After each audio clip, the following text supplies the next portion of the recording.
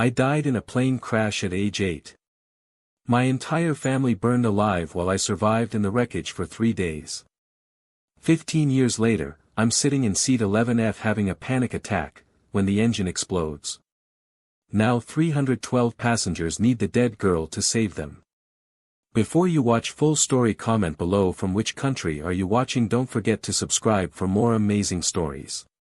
The Boeing 737 MAX 8 climbed through 37,000 feet, and Aria Blackwell was dying inside. Not literally. Not yet. But every nerve in her body screamed that death was coming, the same primal certainty she'd felt 15 years ago when she was 8 years old and her world exploded into fire and twisted metal and the screams of her family dying around her. She sat in seat 11F, window side, wearing an oversized gray hoodie pulled so tight around her face that only her eyes were visible. Her noise-canceling headphones pumped white noise at maximum volume, but it couldn't drown out the sound of the engines, those twin CFM56 turbofans that kept Southwest Flight 2847 aloft with 312 souls aboard, flying from Las Vegas to Seattle on a clear January afternoon.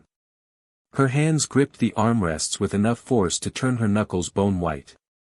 Her breathing came in measured, controlled cycles, 4 counts in, hold 7, 8 counts out. The breathing pattern her therapist had taught her. The one that was supposed to stop the panic attacks. It wasn't working. First time flying, sweetheart. The elderly man in 11E smiled at her kindly, his weathered face creased with concern. He wore a Korean War veteran cap and had the gentle voice of someone's grandfather. Aria nodded, not trusting herself to speak. Her throat felt like it was closing. One word and she'd shatter, and she couldn't shatter here, not in front of strangers, not when she was supposed to be strong. The lie tasted like ash in her mouth. First time flying. If only that were true. The flight attendant, a woman in her 50s with kind eyes and Southwest's trademark friendly demeanor, noticed Aria's distress and brought her a cup of water. You're doing great, honey. We'll be on the ground in 90 minutes. Just breathe through it. Aria forced a smile that felt like broken glass and sipped the water with shaking hands. The flight attendant patted her shoulder and moved on to serve drinks to other passengers who weren't silently disintegrating in their seats. Nobody knew. Nobody on this aircraft knew that the terrified young woman in the gray hoodie wasn't just another nervous flyer with a phobia. Nobody knew that Aria Blackwell didn't exist, not officially, not in any meaningful way. Because 15 years ago, 8-year-old Aria Castellanos died. She died in the crash of Commute Air Flight 447, a regional turboprop carrying 47 passengers and crew from Bozeman to Seattle during a winter storm. The Dash 8-400 had encountered severe icing at 12,000 feet over Montana wilderness. The pilots fought for control as ice built up on the wings faster than the de-icing systems could handle. For 8 terrifying minutes, they struggled while passengers screamed and prayed. Then the aircraft fell from the sky like a stone. It augured into a dense forest of lodgepole pines at a 70-degree angle, traveling at 340 miles per hour. The impact was catastrophic. The fuselage disintegrated on contact. Aviation fuel ignited instantly, creating a fireball visible for 20 miles. The wreckage scattered across 3 acres of frozen wilderness. The NTSB report would later conclude, non-survivable impact forces. All occupants presumed dead on impact. Except one. 8-year-old Aria Castellanos woke up 3 days later in a hospital in Missoula, Montana. She was hypothermic, traumatized, and the only survivor pulled from wreckage that had killed everyone else aboard, including her mother, father, and 6-year-old brother. The media called it a miracle. The NTSB called it statistically impossible, survival odds calculated at less than 0.01%. The trauma therapists called it survivor's guilt so severe it fractured her identity at the neurological level. For 2 years after the crash, she couldn't speak. The doctors called it selective mutism. Her therapist said her brain had locked down verbal communication as a defense mechanism because the last words she'd heard were her mother screaming and her father sobbing, "I love you," as the aircraft disintegrated around them. She couldn't sleep without sedation. When she did sleep, she relived the crash in perfect sensory detail, the smell of burning plastic and jet fuel, the sound of metal tearing, the feeling of her body being thrown forward against the seatbelt as G-forces compressed her chest until she couldn't breathe, the sight of her little brother's terrified face one moment and then nothing but blood and darkness the next. Extended family tried to help. Her mother's sister took her in for 6 months before admitting she couldn't handle Aria's nightmares and violent outbursts.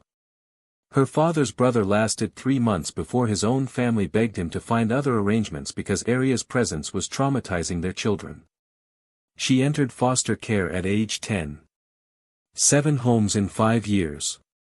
Each family started with hope and compassion, taking in the miracle girl from Flight 447, determined to give her love and stability. Each family eventually gave up when the nightmares never stopped, when she ran away repeatedly, when she refused to bond or speak or acknowledge their attempts to help. She wasn't trying to be difficult. She just couldn't bear to love anyone again, knowing how completely love could be ripped away. She'd learned at age 8 that people you love die screaming, and that lesson had carved itself into her DNA. At age 13, she started running away to airports. Not to fly, God, never to fly. She was terrified of aircraft.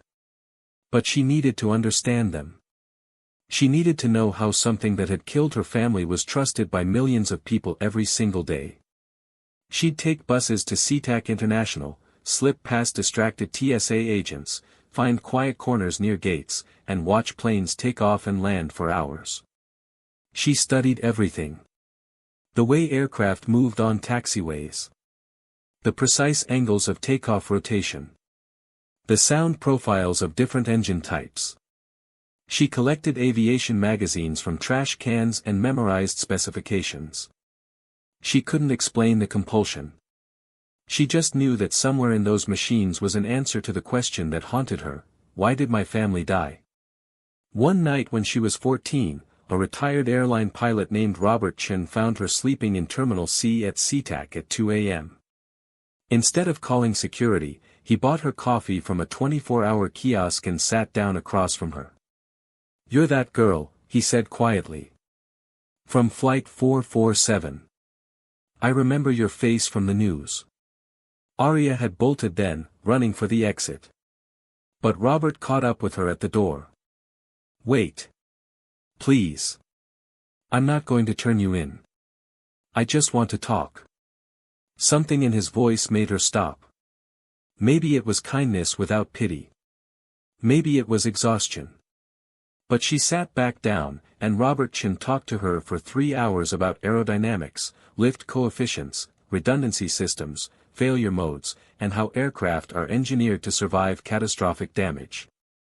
The Dash 8 that crashed had a design flaw in its de-icing system, Robert explained, showing her NTSB reports on his tablet. But the fuselage structure held together long enough during the impact sequence that you were protected in a survival pocket. The aircraft saved you, Aria. Even while it was dying, it saved you. That conversation rewired something fundamental in her brain. The aircraft wasn't her enemy. The crash wasn't random malice. It was physics, engineering, and a cascade of failures that could be understood, predicted, and prevented. If she could learn those systems, truly master them, maybe she could answer the why. Maybe she could even stop it from happening to someone else. At 16, she legally changed her last name to Blackwell, her mother's maiden name. A symbolic death and rebirth. Aria Castellanos was dead. Aria Blackwell would live. She joined the Civil Air Patrol, where volunteers taught her basic aviation skills. She studied obsessively, acing ground school courses, memorizing FAA regulations, learning meteorology and navigation. When other teenagers were going to parties, she was calculating crosswind landing corrections and memorizing emergency checklists. At 18, exactly 10 years after the crash, she walked into an Air Force recruitment office. "I want to be a pilot," she told the recruiter.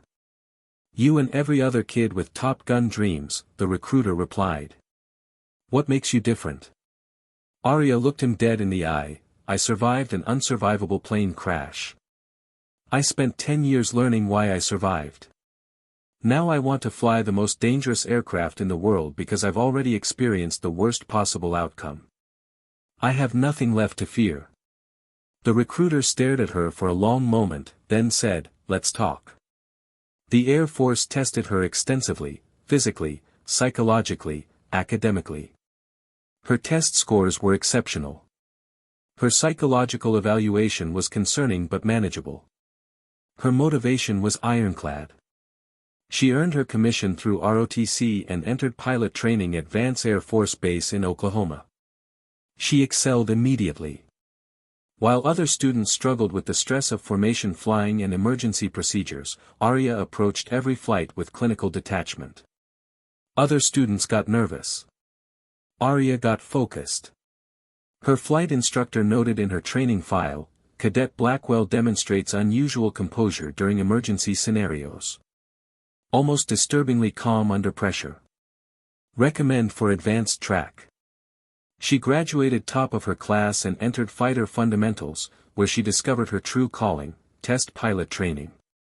Most pilots wanted combat assignments, F-16s, F-22s, the glory positions. Arya requested assignment to the 412th Test Wing at Edwards Air Force Base in California, where the Air Force tests experimental aircraft and validates new systems. Her commanders questioned the choice. "You're talented enough for any assignment. Why do you want to fly aircraft that are specifically designed to fail?" Arya's answer was simple, "Because I need to understand how things break.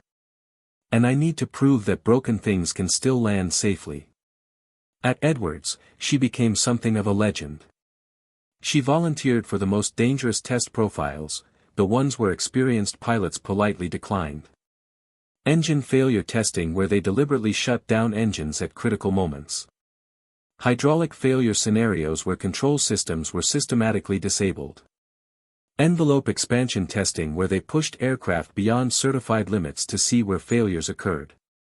Other test pilots joked nervously that Arya had a death wish. The truth was more complex. She had a survival wish. She needed to prove to herself, over and over, that aircraft failures didn't have to mean death. That skilled pilots with proper training could save themselves and others even when everything went catastrophically wrong. Over 5 years, she accumulated a record that seemed impossible. 3 emergency ejections from experimental aircraft with catastrophic failures. 2 successful emergency landings with total hydraulic failure. 1 engine fire that she controlled long enough to reach a runway. Dozens of flights where she intentionally induced failures and then recovered. She earned her call sign, Phoenix, but she didn't receive it from other pilots. She chose it herself. Because she had died at age 8 in the wreckage of Flight 447, and she had risen from those ashes as someone new. Someone who conquered fear by flying straight into it. But here's what nobody knew. Arya was still absolutely terrified of flying. Not as a pilot, when she was in control, when she had hands on the stick and throttles, when she could make decisions and react to emergencies, she was fine. Better than fine. She was exceptional.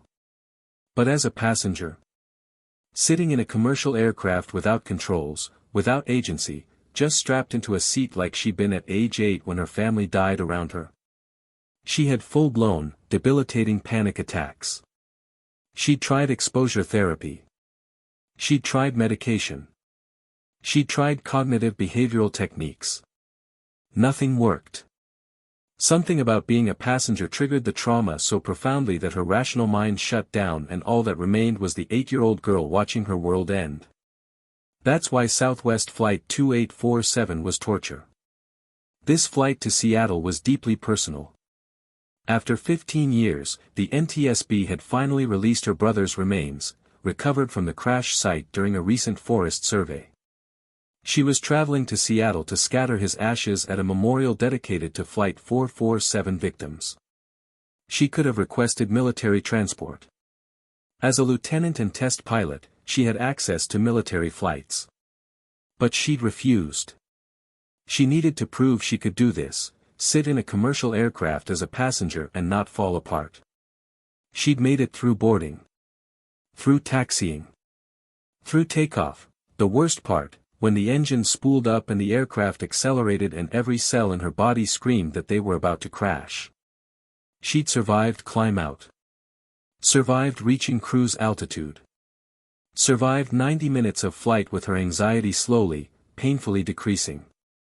Just 60 more minutes to Seattle. 60 minutes and she'd never have to do this again. Then the left engine exploded. The explosion wasn't just loud, it was a physical assault. A deafening bang that Arya felt in her chest, followed immediately by violent yawing as the aircraft slewed left. The fuselage shuddered like something alive and dying. Oxygen masks dropped from overhead compartments. Alarms screamed in the cockpit, warning tones designed to convey maximum urgency. Around Arya, passengers screamed. A woman across the aisle clutched a rosary and prayed loudly in Spanish. A man 3 rows up vomited from motion sickness and terror. A baby wailed. Someone behind her sobbed, "Oh God, oh God, oh God." The elderly Korean War veteran beside her grabbed her hand, "It's okay, sweetheart, it's okay." But it wasn't okay. Arya's mind went blank, pure white terror washing over her like a wave. She was 8 years old again. She was in the Dash 8 turboprop feeling it shudder and yaw. She was hearing her mother scream. She was watching her father's face contort with horror as he looked out the window and saw the wing icing over, saw them falling, saw death coming. No. Arya forced the memory down with physical effort, like pushing a demon back into a box and slamming the lid. She forced her breathing to slow. Forced her hands to release their death grip on the armrests. Forced her eyes to open. She wasn't 8. She was 23. She wasn't a helpless child. She was a goddamn Air Force test pilot who'd survived worse than this. Her training kicked in like a switch flipping. Her eyes went to the window. She could see the left wing, and what she saw made her blood run cold with professional assessment rather than panic. The engine cowling was gone. Debris trailed behind them. The wing showed visible damage, panels peeled back, fluid leaking. That wasn't just engine failure. That was catastrophic disintegration. She listened to the aircraft. Not with fear, but with the diagnostic attention of someone who'd spent 5 years learning how machines died. The vibration frequency through the fuselage. The yaw rate, asymmetric but not spinning out of control. The sound of the remaining right engine, still strong, no damage. Her pilot brain catalogued everything. Uncontained engine failure. CFM56 turbofan disintegrated. Shrapnel damage to wing structure and likely hydraulic systems. Fuselage compromised but holding. Single-engine operation with degraded flight controls. Asymmetric thrust causing yaw. Descent rate increasing, maybe 1,200 feet per minute. They're losing altitude fast. In the cockpit, Captain David Park and First Officer Jennifer Ruiz were fighting for their lives. Engine 1 is gone, completely destroyed. Jennifer shouted over the alarms. I'm showing primary hydraulic system failure, pressure 0. Backup system is at 40% and dropping. David wrestled with controls that felt like they were disconnected. I have almost no roll authority. The yoke feels wrong, mushy. Whatever that engine threw tore up the control linkages. Jennifer keyed the radio with shaking hands. Denver Center, Southwest 2847, Mayday Mayday Mayday. We have catastrophic engine failure, multiple systems compromised, declaring emergency. The controller's voice came back immediately, professional, urgent, Southwest 2847, Denver Center copies your Mayday. Nearest suitable airport is Grand Junction Regional, 70 miles west-northwest. Can you maintain altitude? David stared at instruments showing cascading failures, red warnings across primary flight displays, negative, Denver. We're descending. Rate is increasing. We'll be lucky to make any airport. Southwest 2847, understand unable to maintain altitude. Squawk 7700, all traffic is being cleared. Emergency services are being notified at Grand Junction. In the cabin, flight attendants moved through the aisles with controlled urgency, helping passengers tighten seatbelts and demonstrating brace positions while their own hands shook. One flight attendant, a young man who couldn't have been more than 25, had tears streaming down his face as he helped an elderly woman with her oxygen mask. Arya sat frozen, listening. Not to the panic around her, to the aircraft. To the sound of its systems failing, the rhythm of its death spiral. She knew this scenario. Not intellectually from books, she'd lived through variations of this in experimental aircraft. Engine failure with hydraulic damage. Degraded control authority. Single-engine descent. She'd survived this exact situation 9 months ago in a modified F-15 during envelope testing. The test had been designed to simulate worst-case failures. She'd landed the aircraft safely after losing one engine and all primary hydraulics. This was the same problem, just in a different aircraft. She should stay seated. She was a passenger. The pilots were trained for this. They had checklists, procedures, years of experience. This wasn't her emergency. She didn't need to. The aircraft lurched violently right, overcorrecting from the earlier left yaw. Metal groaned. Someone screamed.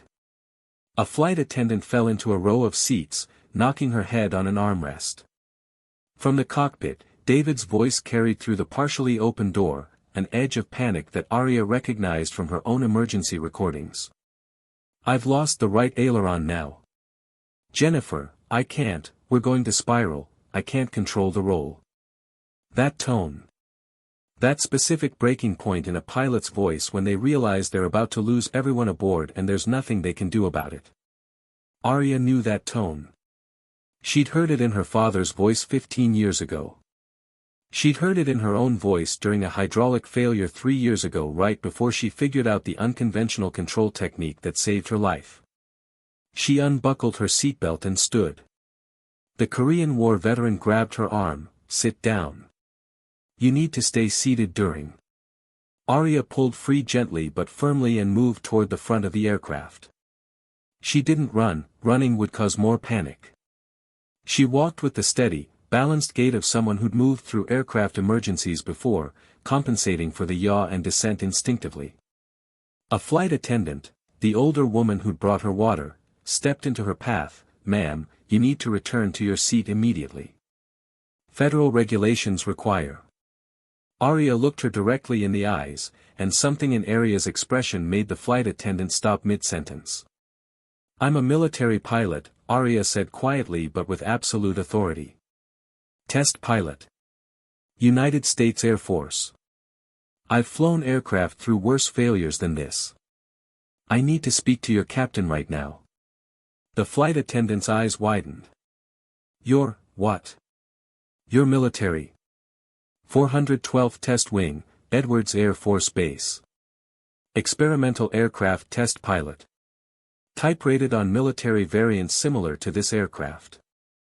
I've conducted failure testing on systems like what you're experiencing. I can help them. For one moment, the flight attendant hesitated, regulations and training warring with desperation. Then she heard the aircraft lurch again, heard the captain's strained voice from the cockpit, and made a decision. She unlocked the armored cockpit door and opened it. David Park and Jennifer Ruiz looked up simultaneously to see a young woman in a gray hoodie standing in their cockpit doorway. For a surreal moment, time seemed to freeze, alarms blaring, the aircraft descending at 1,400 feet per minute, and this passenger who looked like a terrified college student standing there with absolute calm on her face. Who the hell, David started. Captain, my name is Lieutenant Arya Blackwell, United States Air Force. Her voice cut through the chaos with military precision. I'm a test pilot stationed at Edwards Air Force Base.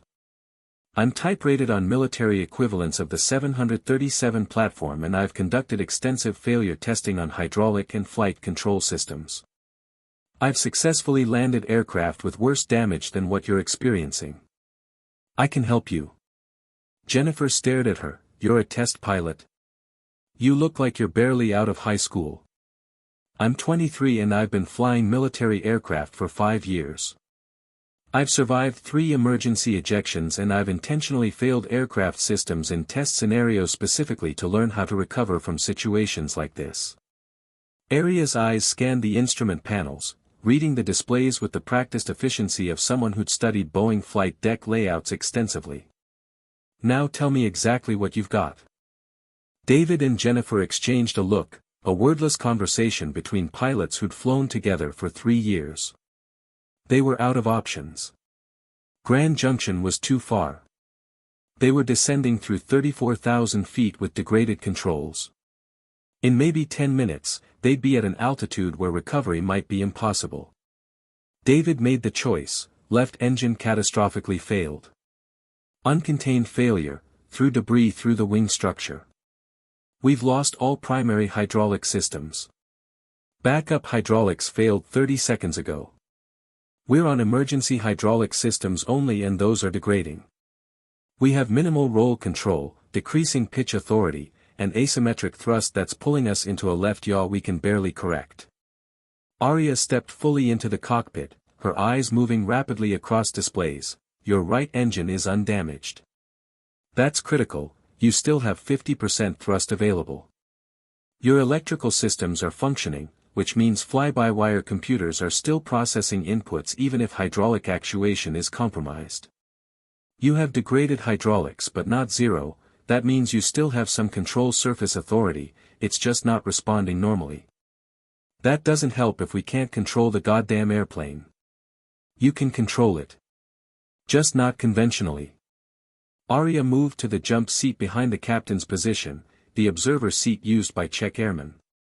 Captain Park, with your permission, I'll take the observer position and walk you through unconventional control techniques. I've done this before in military aircraft. The physics are the same. David looked at Jennifer. Jennifer looked at their altimeter winding down through 32,000 feet. She looked at the red warning lights screaming across every system. She looked at the yoke that felt like it was connected to nothing. Jennifer nodded. Do it, David said.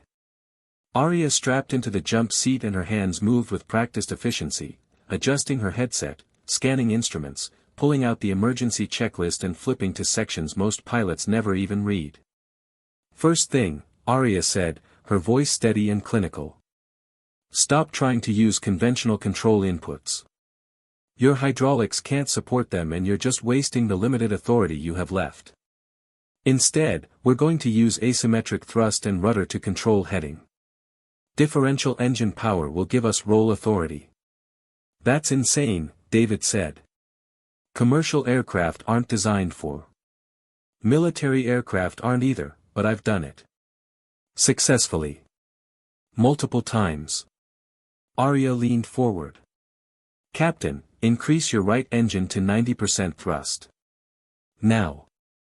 David hesitated for one heartbeat, every instinct screaming that increasing thrust on the good engine would make the yaw worse. But something in this young woman's voice carried the weight of experience. He pushed the throttle forward. The aircraft immediately began rolling left, away from the increased thrust on the right side. Now add right rudder, Aria instructed. Hard. Maximum deflection. Don't try to fight the roll with ailerons, you don't have them anymore. Use rudder to coordinate the turn and convert the roll into a controlled change of heading. David stomped on the right rudder pedal. For 3 seconds, nothing happened. Then gradually, like a dying animal responding to one last command, the aircraft began to respond. The roll slowed. The yaw stabilized. They weren't level, but they weren't spinning either. Jennifer's voice came out in a whisper, "Oh my God. It's working.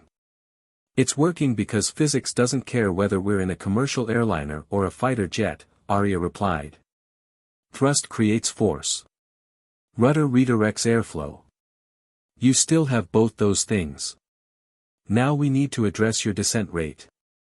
You can't maintain altitude on single engine with this much drag and damage, so we're not going to try. We're going to trade altitude for time and distance. Reduce right engine to 75%. David complied.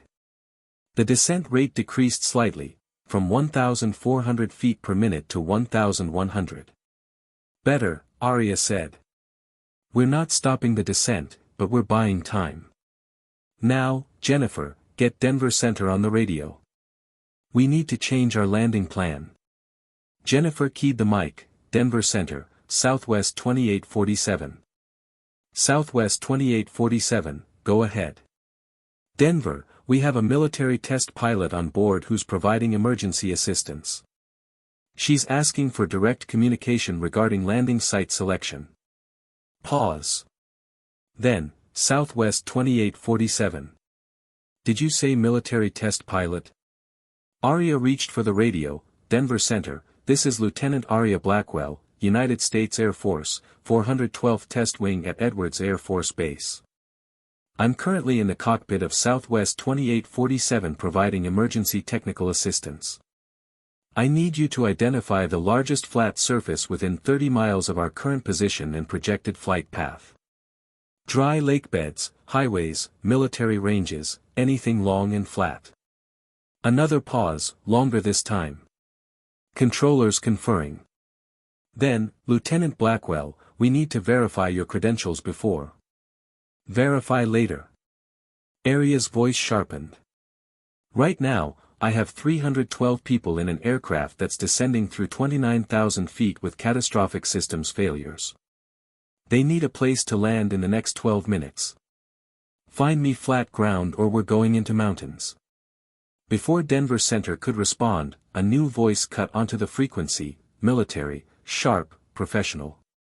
Denver Center, this is Viper Lead, call sign for 2 F-22 Raptors out of Nellis Air Force Base. We're scrambling to provide emergency escort for Southwest 2847. Lieutenant, this is Major Sarah Chen. Confirm your identity and authentication code. Arya's jaw clenched. She hadn't used her call sign outside military contexts in months. But she keyed the radio. Viper Lead, this is Lieutenant Arya Blackwell, call sign Phoenix. Edwards AFB, 412th Test Wing, Experimental Aircraft Test Pilot. Authentication code Tango 73 Romeo 9 Delta. Silence on the radio, just the hiss of the carrier wave and the sound of the struggling aircraft. Then, Phoenix. The Phoenix. Holy shit, a cough, professionalism reasserting itself. Confirmed, Lieutenant. Authentication valid. Phoenix, we're 8 minutes out.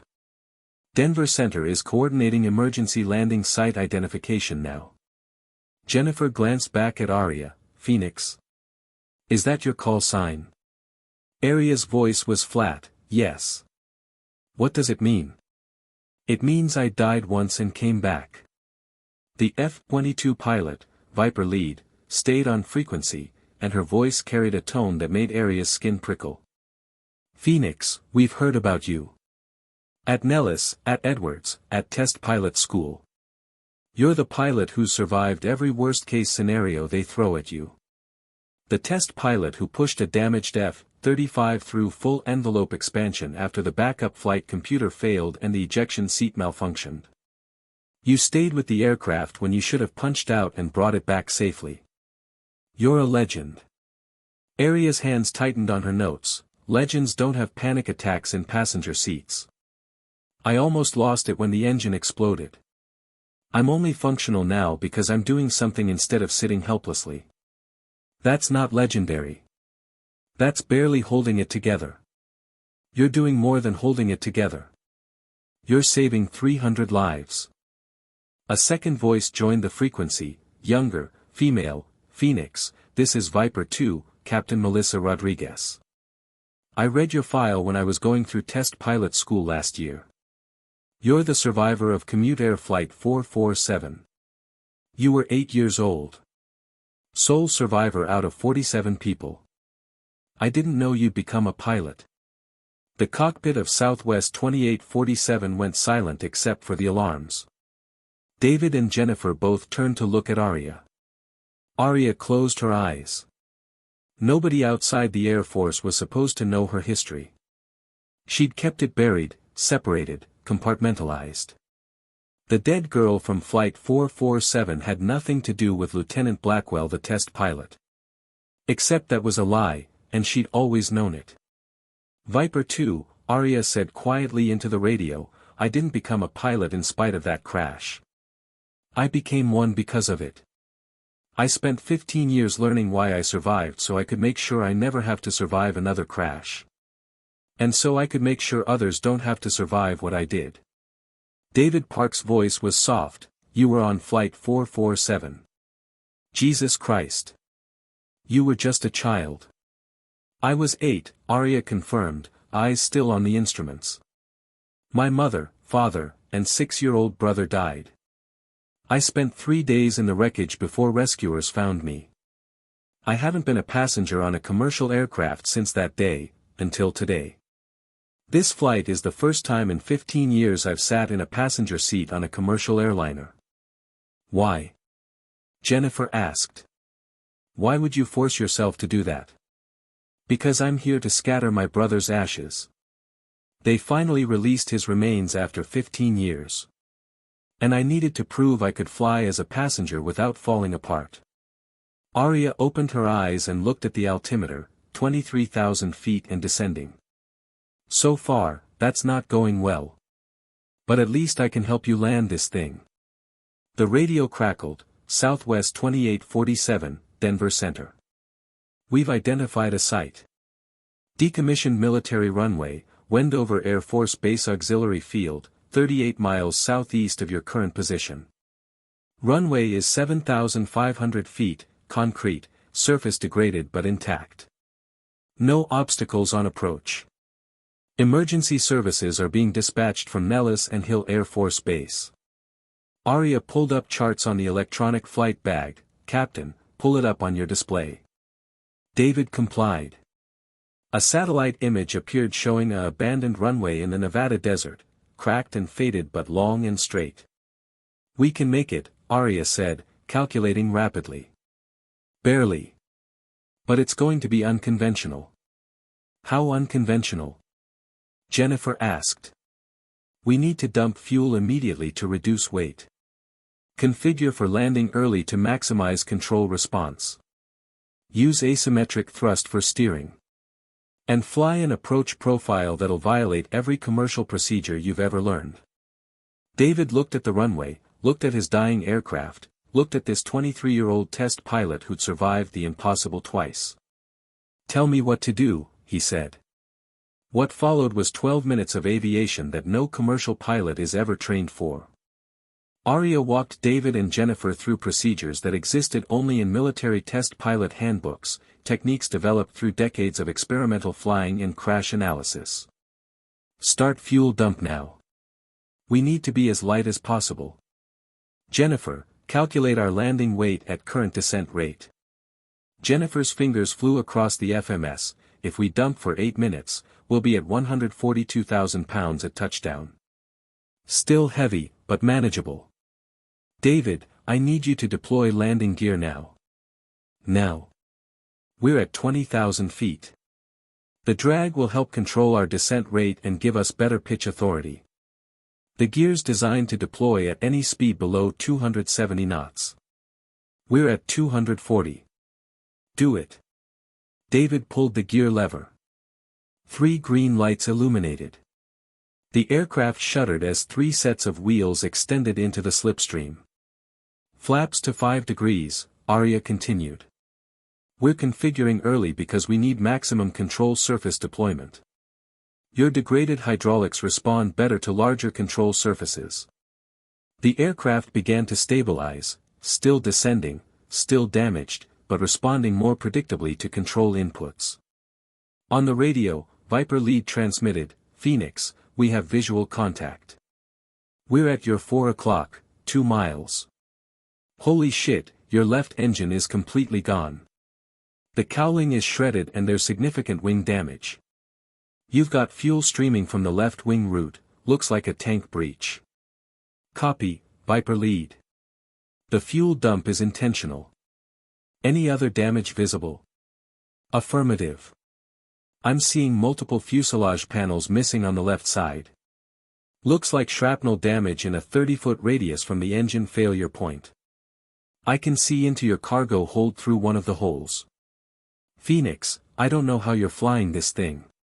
Because we don't have a choice. Viper lead, I need you to fly alongside and verify our control surfaces are responding to inputs. Jennifer, cycle the ailerons. Jennifer moved the controls.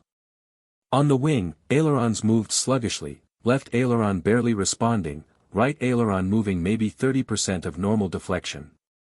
Minimal aileron response confirmed, Viper lead transmitted. Your left aileron is almost non-functional. Right aileron is moving but not fully. Expected. We're not using ailerons for roll control anyway. Check rudder response. David cycled the rudder pedals. The vertical stabilizer at the tail moved with surprising authority. Rudder response looks good, Viper 2 confirmed. Maybe 70% of normal deflection. That's your best control surface. Then rudder becomes our primary flight control, Arya said. David, from here to touchdown, you're steering this aircraft like a rudder-controlled glider. Forget everything you learned about coordinated flight. We're flying asymmetric. They descended through 15,000 feet. The Wendover runway appeared in the distance, a thin line of concrete in an ocean of desert scrub. Range is 22 miles, Jennifer called out. Current descent rate puts us 4,000 feet high at the runway threshold. Too high, David said. We need to increase descent rate. Negative, Arya countermanded.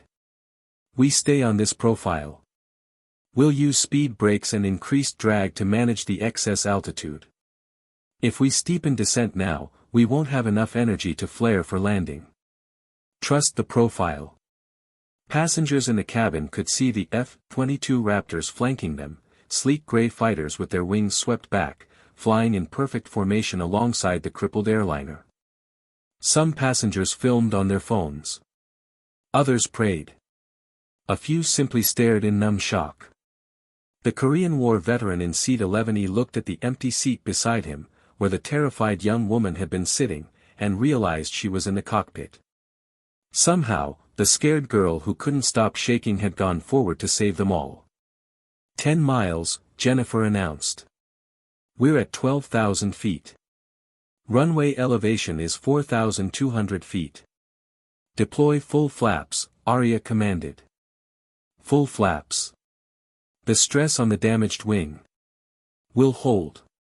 The wing spar is intact or we'd already be spinning. Full flaps now. David moved the flap lever to 40 degrees. The aircraft shuddered violently as massive trailing edge flaps extended fully, creating enormous drag and lift. The descent rate increased to 1,800 feet per minute.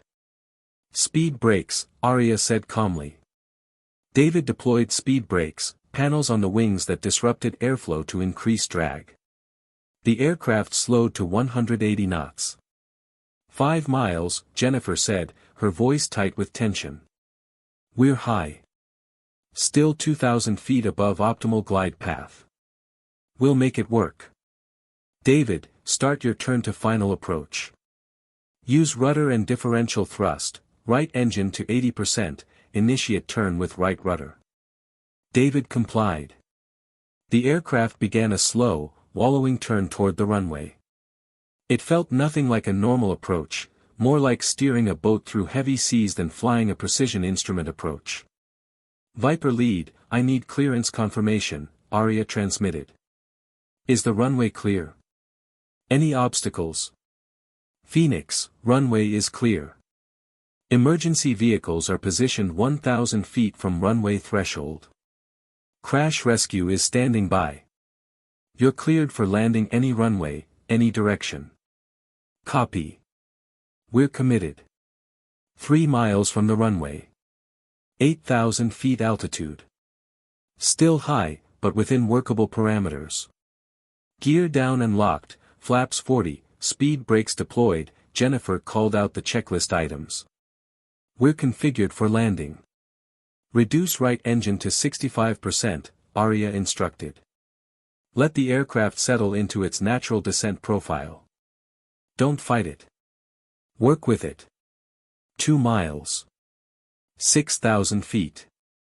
The runway was clearly visible now, cracked concrete stretching 7,500 feet through flat desert. At both ends, emergency vehicles clustered. News helicopters circled at a safe distance. We're going to make it, David said, almost not believing it. Not yet, Arya cautioned. The approach is one thing. The landing is something else. You've never landed an aircraft with these control limitations. Listen carefully, you're going to touch down hard. There's no way around it. You don't have the control authority for a smooth flare. Aim for the first 1,000 feet of runway and plan for a firm touchdown. Landing gear is designed for it. 1 mile. 4,000 feet. The runway threshold rushed toward them. David's hands were white-knuckled on the yoke. Jennifer's breathing came in short gasps. Arya remained perfectly calm, she'd done this before in test aircraft. This was just physics. 500 feet, Jennifer called. Sink rate 1,200 feet per minute. Speed 165 knots. On target, Arya confirmed. Hold what you've got, David. Don't try to adjust. Let it come. 300 feet. The desert floor rose to meet them. Emergency vehicles tracked their approach. The F-22s pulled up and away, climbing to give them space. 200 feet. Sink rate 1,000 feet per minute. Stand by for touchdown, Arya said. When we hit, deploy thrust reversers immediately and apply maximum braking. The runway's short and our stopping distance is compromised. 100 feet. 50 feet. Hold, hold. Arya coached. 30 feet, David pulled back on the yoke with degraded controls. The nose pitched up slightly. 20 feet, the main gear aligned with the runway. 10 feet. Southwest Flight 2847 slammed onto Wendover runway with the force of a controlled crash. The impact was violent, 6.2 gs of deceleration that collapsed luggage bins and threw passengers hard into their seatbelts. The landing gear absorbed forces it was never designed for but held. Tires exploded on contact, but the rims bit into concrete. Thrust reversers. Arya shouted. David pulled the thrust reverser levers. The right engine's thrust reverser deployed, redirecting engine power forward to decelerate. The left engine, destroyed, provided nothing. The aircraft slewed right from asymmetric braking. David fought it with rudder and differential braking on the landing gear. 7,500 feet of runway. Jennifer called out, watching their position. Speed 140 knots. The aircraft thundered down the runway, shedding speed but not fast enough. The far end approached rapidly. Maximum braking. Arya commanded. David stood on the brake pedals.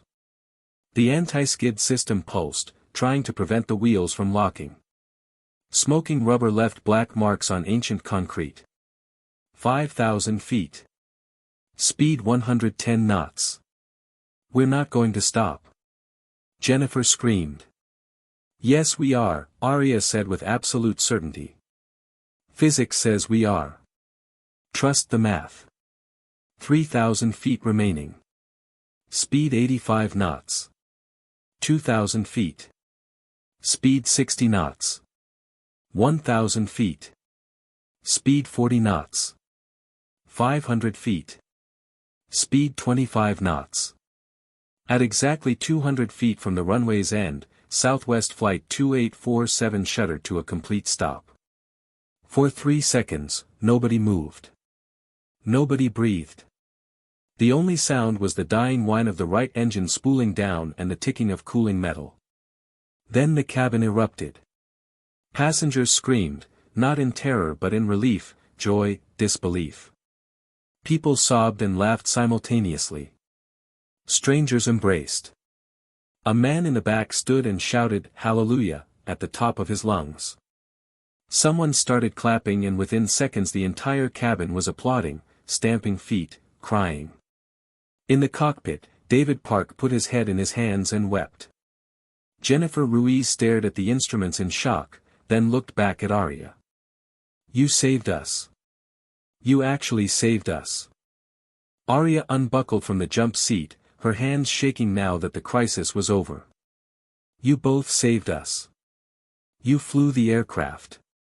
I just provided alternative techniques." "Alternative techniques?" David looked up, tears streaming. "You performed a goddamn miracle." "No," Aria said quietly. "A miracle is surviving when you shouldn't. This was just physics and training. Now evacuate the aircraft before something catches fire." The emergency evacuation was textbook perfect. Flight attendants, trained for this exact scenario, opened doors and deployed slides. Passengers evacuated down inflatable slides onto the hot desert floor of Wendover. Emergency vehicles surrounded the aircraft within seconds. Firefighters sprayed foam on the destroyed left engine and damaged wing. Paramedics moved through the crowd of passengers, checking for injuries. Miraculously, there were no fatalities. 12 passengers had minor injuries from the hard landing, bruises, a sprained wrist, one broken nose from impact with a seatback. The flight attendant who'd fallen during the emergency had a mild concussion. Everyone else walked away. Captain David Park and First Officer Jennifer Ruiz were the last to leave the cockpit, but when they emerged, Aria was nowhere to be seen. She'd slipped out through the forward galley exit and was sitting on the desert floor 50 yards from the aircraft, her back against a tire from an emergency vehicle, head in her hands. She was shaking uncontrollably now, the adrenaline crash hitting her like a physical blow. For 30 minutes during the emergency, she'd been Lieutenant Blackwell, the test pilot, calm, analytical, in control. Now she was just Aria, the traumatized survivor of Flight 447, the terrified passenger who'd nearly had a breakdown at 37,000 feet. She'd saved 312 people. And all she could think about was her family dying 15 years ago. The sound of jet engines made her look up. The two F-22 Raptors were landing on the same runway that Southwest 2847 had just barely stopped on. They touched down with military precision, rolled to the end, and taxied back. 5 minutes later, two pilots in flight suits approached her position. Both removed their helmets as they walked. Major Sarah Chen, Viper lead, was a woman in her early 40s with short black hair and the calm, assessing eyes of someone who'd spent 20 years flying high-performance aircraft. Captain Melissa Rodriguez, Viper 2, was younger, maybe 30, with the intense energy of someone early in their military career. They found Aria sitting against the tire, still shaking, and sat down on either side of her without asking permission. "Lieutenant Blackwell," Sarah said quietly. "Phoenix." Aria didn't look up. "I had a panic attack. When the engine exploded. I was 8 years old again. I was useless." "You were terrified," Melissa corrected. "That's not the same as useless. Terrified people don't go to the cockpit. They don't take control. They don't save 300 lives. I was only able to function because I was doing something," Aria said. "As soon as I could act, as soon as I had a problem to solve, I was fine. But before that? I was frozen. Completely paralyzed by fear." Sarah Chen studied her carefully. "Lieutenant, I looked up Flight 447 while we were escorting you down. I read the NTSB report. I read the survivor accounts from rescue personnel. Do you know what they said about you?" Aria shook her head. "They said when they found you, 3 days after the crash, hypothermic, trapped in wreckage, you were conscious. You were 8 years old, surrounded by the bodies of your family and 43 strangers, and you were conscious. And do you know what you were doing? Arya's voice was barely a whisper. What? You were counting. A firefighter said you were counting seconds out loud, 1 1000, 2 1000, 3 1000. They asked you why and you said, so I know I'm still alive. An 8-year-old child, experiencing the worst trauma imaginable, used counting to stay grounded in reality. Sarah leaned closer. That's the same thing you did today. When you had your panic attack, you used the problem, the emergency, to ground yourself. To give yourself something to count, something to measure, something to control. That's not weakness. That's survival strategy at the neurological level. Melissa nodded. We read your file after we heard your call sign. Phoenix isn't just a cool name. It's literal. You died in that crash, the child you would have been died. And you rebuilt yourself from scratch into someone who could master the thing that killed your family. That's not running from trauma. That's weaponizing it. Arya finally looked up, her eyes red. I thought I'd conquered it. I thought after 5 years as a test pilot, after surviving ejections and emergencies and failures, I'd proven I was stronger than the crash. But sitting in that passenger seat, I realized I'll never be free of it. I'll always be that terrified 8-year-old watching her world end. Good, Sarah said firmly. Arya blinked. Good. Yes. Good. Because that terrified 8-year-old is what makes you careful. She's what makes you check every system twice. She's what makes you run scenarios in your head before emergencies happen. She's what made you recognize the failure cascade on that airliner and know exactly how to fix it. Sarah stood and offered her hand to help Arya up. The best pilots I know are the ones who've seen what happens when things go wrong. They're not fearless, they're appropriately terrified and they fly anyway. You don't need to be free of that 8-year-old. You need to let her make you better. Arya took Sarah's hand and stood. Her legs were still shaky, but she was breathing normally now. Captain David Park approached, accompanied by Jennifer Ruiz and several passengers. The Korean War veteran from Seat 11E was with them. Lieutenant Blackwell, David said formally. I don't know how to thank you. We were dead. That aircraft was unflyable by conventional standards. You gave us back control. You flew it, Captain. I just provided alternative procedures. Alternative procedures, Jennifer laughed, slightly hysterical. She makes it sound like we used a different checklist. We flew that thing like a rudder-controlled glider with one engine and a prayer. That's not in any manual I've ever read. The Korean War veteran stepped forward. Young lady, I sat next to you for 90 minutes. You were terrified. Shaking.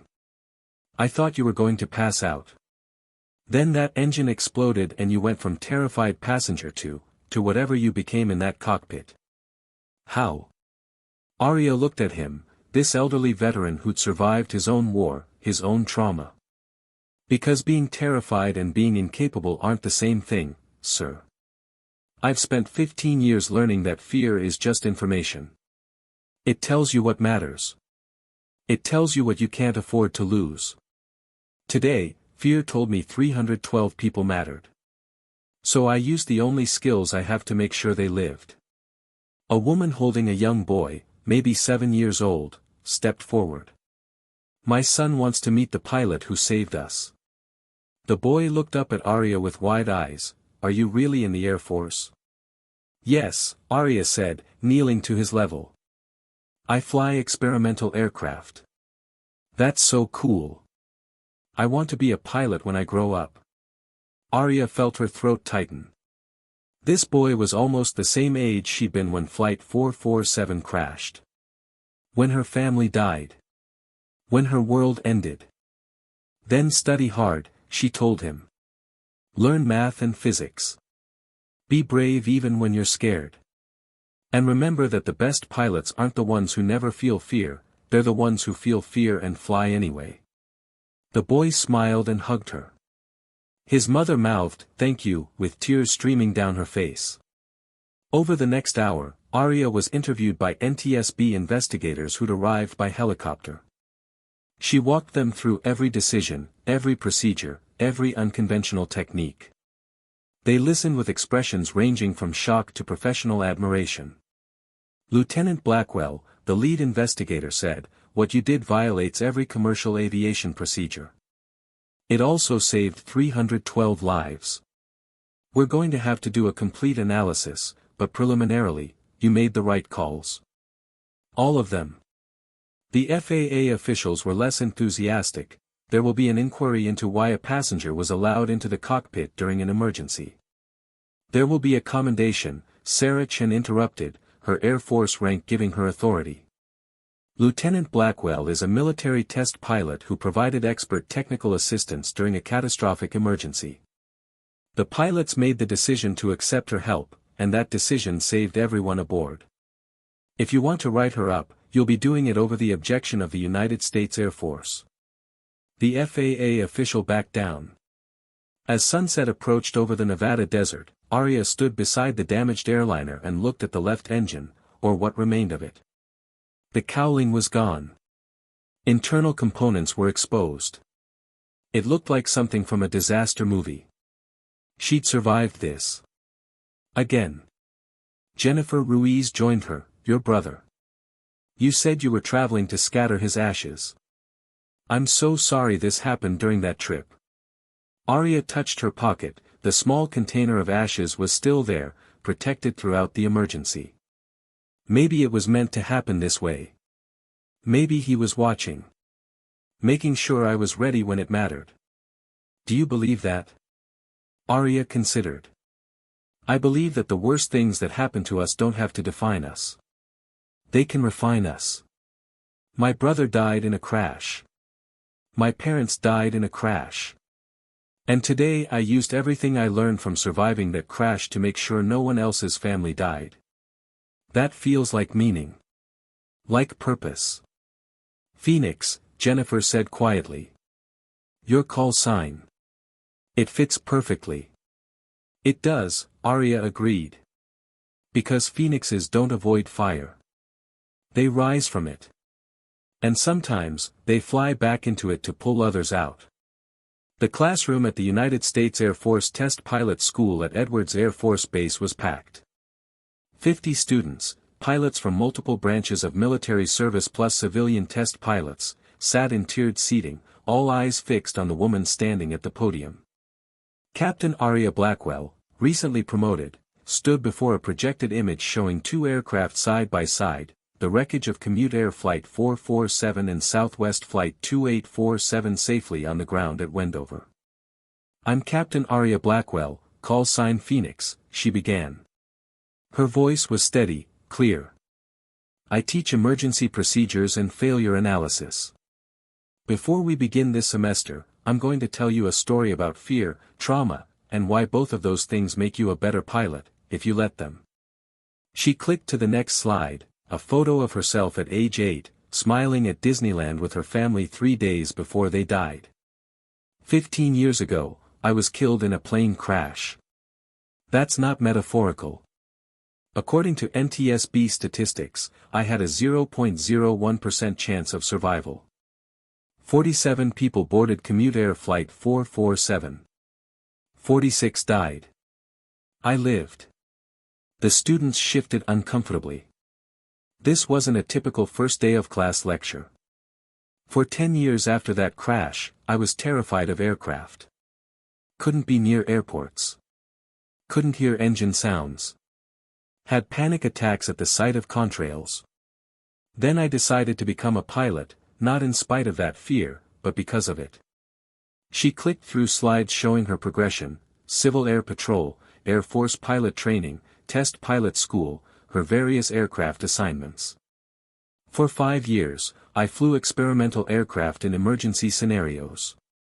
I survived 3 ejections, multiple systems failures, situations designed to push aircraft to their limits. I earned a reputation as the pilot who couldn't be scared. But here's the truth.